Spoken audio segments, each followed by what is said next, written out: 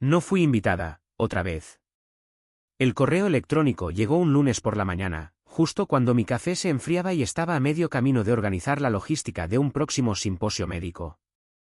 El asunto, semana en la playa de la familia Brooks 2025, confirma tu asistencia ahora, parpadeaba alegremente en mi pantalla como una cruel burla.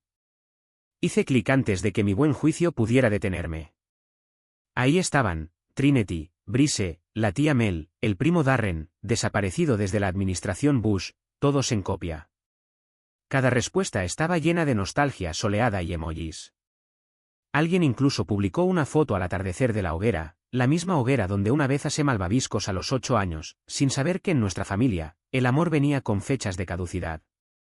Pero mi nombre no estaba allí, ni en la lista, ni en las respuestas, ni siquiera como un error tipográfico. No me habían olvidado, me habían excluido, de nuevo. 10 años. Ese era el tiempo que había pasado desde que mi nombre apareció por última vez en uno de esos hilos, 10 años de incómodos, tal vez la próxima vez, debe haber ido al correo no deseado, de que me dijeran que era demasiado sensible, demasiado distante, demasiado dramática. Y cada vez, me lo tragaba, intentaba sonreír a través del peso de una navaja, intentaba creer que tal vez el año que viene recordarían que todavía existía. Pero esta vez, no llamé a Trinity llorando. No pregunté por qué. No luché por un asiento en su mesa, porque esta vez, yo era dueña de la mesa, o más específicamente, yo era dueña de la casa de playa, la misma casa donde planeaban reunirse, la misma donde mi madre brindó por su 30 aniversario olvidándose de decírmelo, la misma donde Trinity posó para su sesión de fotos de maternidad, el lugar que todos trataban como un santuario de la unidad familiar mientras simultáneamente meditaban fuera de los álbumes de fotos. No tenían ni idea de que estaba en venta, listada discretamente, sin hilo de texto familiar, sin votación grupal, solo otra transacción inmobiliaria descargada como un viejo mueble cuando el mercado cayó. Me quedé mirando el anuncio, el porche envolvente, el revestimiento color concha marina, el balcón donde papá solía leerme a Steinbeck en voz alta. Mi cursor se detuvo sobre contactar a la gente, luego hizo clic. Lo que sucedió después se desarrolló como una sinfonía lenta y precisa, el tipo de música que solo escuchas después de sobrevivir al silencio. Una semana después, me paré frente al almacén que no había abierto en años. La unidad 43B olía a libros viejos y polvo de cedro. Encontré el baúl, el de mi abuela, y dentro, su diario cubierto de conchas marinas y una carta dirigida a mí, ábrela solo cuando dejes de buscar permiso. Su letra era inclinada e irregular, pero el mensaje era claro. Debajo de la nota había un documento de fideicomiso, legal, real, empoderador. Una cláusula en su patrimonio me daba el control de la propiedad si los actuales titulares de la escritura, mis padres, alguna vez dejaban de pagar los impuestos o el mantenimiento, lo cual habían hecho. Ese día, entré en una oficina de abogados de Newport Beach y salí con más que un informe legal, salí con poder. 2 semanas después, la escritura estaba a mi nombre. Nunca se lo vieron venir. La propiedad llegó silenciosamente, sin fanfarria, sin fuegos artificiales, sin llaves entregadas con una reverencia de felicitación, solo una notificación en mi bandeja de entrada y una línea en un registro de propiedad que ahora llevaba mi nombre. Pero a veces el silencio es más fuerte que la celebración, y para mí, llevaba el peso de generaciones. La ironía no se me escapó. La casa que había albergado una década de recuerdos familiares, cada uno cuidadosamente diseñado para excluirme, era ahora legalmente mía. No me regodeé. No publiqué nada al respecto. Ni siquiera le conté a Savannah, mi única aliada real en todo ese linaje, hasta que el papeleo fue definitivo. En cambio, me reservé la suite principal a nombre de la señorita C. Brooks, 3 noches, vista al océano, champán helado, almohadas firmes, privacidad preferida. Una semana después, sus coches comenzaron a llegar al camino de entrada, el impecable Audi blanco de Trinity, el odioso SUV negro de Nelson con vidrios polarizados y Ego, el sedán envejecido de mi madre que todavía lucía con orgullo la pegatina de la mejor abuela del mundo, que nunca se ganó conmigo. Esperé lo suficiente para que se registraran. Podía verlo desarrollarse desde el café de enfrente, Trinity gesticulando salvajemente en la recepción, Nelson holgazaneando en el mostrador como si fuera dueño de la propiedad, mi madre parada detrás de ellos, compuesta pero fría. Entonces entré yo. El suelo de baldosas del vestíbulo hizo clic bajo mis talones al acercarme al mostrador. La recepcionista levantó la vista y el reconocimiento parpadeó. Ah, señorita Heyyorn, dijo con una sonrisa de complicidad, justo explicando la situación de la lista de invitados. No miré a mi familia, no necesitaba hacerlo. No hay necesidad de escalar, dije. Aclaremos las cosas. Trinity se giró, con la cara enrojecida. ¿Qué demonios es esto? Nelson se burló. ¿Es una broma? ¿Crees que esto es divertido? Creo que es algo que se merecía. Le entregué mi identificación. La escritura se transfirió hace 3 semanas. La propiedad es mía. El silencio que siguió fue del tipo que no espera a que alguien hable, simplemente se instala como una nube de tormenta. Mi madre dejó escapar un hilo de voz, casi un quejido. Tú, lo compraste sin decirnos nada. No, mamá, respondí con suavidad, aunque por dentro hervía. No necesitaba vuestro permiso. Sentí la furia de Trinity como una onda de calor. Sabías que estábamos planeando la reunión. Se suponía que este iba a ser nuestro espacio. Y se suponía que yo iba a ser vuestra hija, repliqué, sintiendo el aguijón de la vieja herida. Vuestra hermana. Pero me borrasteis de cada correo electrónico, de cada invitación, de cada foto, así que me busqué mi propia manera de entrar. Nelson dio un paso al frente, con el rostro congestionado. ¿Crees que puedes echarnos así como así? No, dije, manteniendo la calma, aunque me costaba. Creo que puedo reclamar algo que es diferente, algo que me pertenece. Después, me dirigí a la recepcionista. Por favor, acompañe amablemente a cualquier persona que no figure en mi registro de invitados. Son familia, sí, pero esto es mío. La seguridad apareció, todo muy protocolario, sin aspavientos. Trinity murmuró algo sobre abogados. Le recordé que revisara la cláusula sobre los impuestos de propiedad impagados y los fallos de mantenimiento en el fideicomiso de la abuela. La voz de mi madre volvió a temblar. ¿Nos odias tanto? La miré fijamente a los ojos, algo que no había hecho en años, sintiendo una punzada de dolor. No os odio. Simplemente dejé de esperar que cambiarais. Me di la vuelta y me marché. La tormenta no tardó en llegar. 3 días después de instalarme en la suite principal, un golpe, no en la puerta, sino en el ventanal que daba a la playa, me sobresaltó. Un hombre con un micrófono, un equipo de cámara detrás, todo iluminado por los faros de una furgoneta de noticias. Era el tipo de golpe que anuncia no solo una intrusión, sino una acusación. Señorita Heyyorn, dijo en cuanto entreabrí la puerta, ¿puede confirmar si coaccionó a su anciano padre para que le cediera la casa familiar? Fuentes afirman que no estaba en plenas facultades mentales. La luz roja de la cámara parpadeaba como una amenaza. No respondí, cerré la puerta en su cara y me alejé. Mi teléfono se iluminó segundos después, correos electrónicos, mensajes de texto, capturas de pantalla. Uno era de una antigua vecina, ¿es esto verdad? Otro de un primo con el que no hablaba desde el funeral de la abuela, ¿estás bien? Y luego lo peor, una notificación de requerimiento judicial provisional. Me acusaban de manipulación de ancianos. Mi derecho de ocupación estaba siendo impugnado, y Trinity estaba detrás de todo. Savannah me reenvió la publicación. Trinity, con su tono impostado y perfecto de Instagram, había escrito, una mujer que se vuelve contra su propia familia nunca fue criada con amor. Ruego por su alma.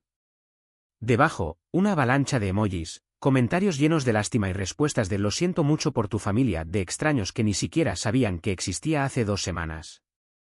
Me estaban pintando como una depredadora, la hija olvidada convertida en villana, y lo más triste es que, por un momento, casi me lo creí. Pero entonces Savannah intervino con pruebas, capturas de pantalla, chats de grupo familiares, mensajes directos privados, correos electrónicos, Trinity burlándose de mí por ser emocionalmente frágil, mi madre escribiendo, está demasiado ocupada siendo importante para preocuparse por la familia. No te sientas mal por excluirla. Está acostumbrada a estar sola. El silencio que siguió no estaba vacío, rebosaba claridad. No estaba loca. No me lo había imaginado. No solo me habían olvidado, me habían borrado, reescrito mi identidad en habitaciones a las que no estaba invitada, y ahora tenía los recibos. La mañana de la audiencia era gris, nublada, de ese modo que hace que el mundo parezca estar conteniendo la respiración. Entré sola a la sala del tribunal, sin séquito, sin traje de diseñador, solo yo, con el vestido azul marino favorito de la abuela y agarrando una carpeta llena de todo lo que nunca pensaron que encontraría. Trinity estaba sentada 2 filas por delante, con la espalda rígida en un inmaculado traje pantalón blanco. Mi madre estaba a su lado, con los labios apretados como siempre. Nelson no apareció. El caso se llamaba Hejon contra Brooks, solicitud de mandamiento judicial contra la venta de bienes inmuebles familiares. El abogado de Trinity se puso de pie, elegante, joven, demasiado ensayado. Su señoría comenzó. Sostenemos que la señorita Hejon manipuló a su padre para que transfiriera la escritura mientras ya no era mentalmente competente. El juez me miró. Señorita Hejon. Me puse de pie, con la voz firme, aunque sentía un nudo en el estómago. Con el permiso del tribunal, me gustaría presentar evidencia de audio y vídeo de consentimiento, junto con documentación que muestra años de exclusión selectiva. Él asintió. El alguacil atenuó las luces, y entonces la voz de mi padre llenó la sala del tribunal, clara, inconfundible, tranquila. Quiero que Kalia tenga este lugar, dijo en el vídeo, sentado a mi lado en el porche hace 2 veranos. Es la única que volvió por mí después de la caída, la única que alguna vez preguntó cómo estaba, no qué podía dar. Un murmullo recorrió la sala del tribunal. Incluso mi madre se estremeció. Entonces sonó el audio, la voz de Trinity desde un chat grupal que Savannah había grabado 6 meses antes. Que se pudra en su apartamento. Nunca fue parte de esta familia, realmente no. Si quería entrar, debió haber sido más fácil de controlar. El silencio que siguió fue ensordecedor. La jueza se inclinó hacia adelante. Este tribunal no encuentra base para una orden judicial. Las pruebas reflejan claridad de intención por parte de la fallecida y un patrón documentado de exclusión familiar. La señorita Hejon actuó legalmente. Caso desestimado. Hizo una pausa, luego agregó, este tribunal no está aquí para validar la crueldad disfrazada de tradición. Salí sin mirar atrás. Afuera, la prensa merodeaba de nuevo, pero solo dije una cosa, a veces, la única forma de romper un ciclo es alejarse sosteniendo tu verdad. La sentencia judicial no se sintió como una victoria, no al principio. Se sentía como quietud, como si algo se hubiera destensado dentro de mí después de haber estado contenido con demasiada fuerza durante demasiado tiempo. El peso de demostrar que pertenecía, de pedir que me vieran, finalmente se había depositado.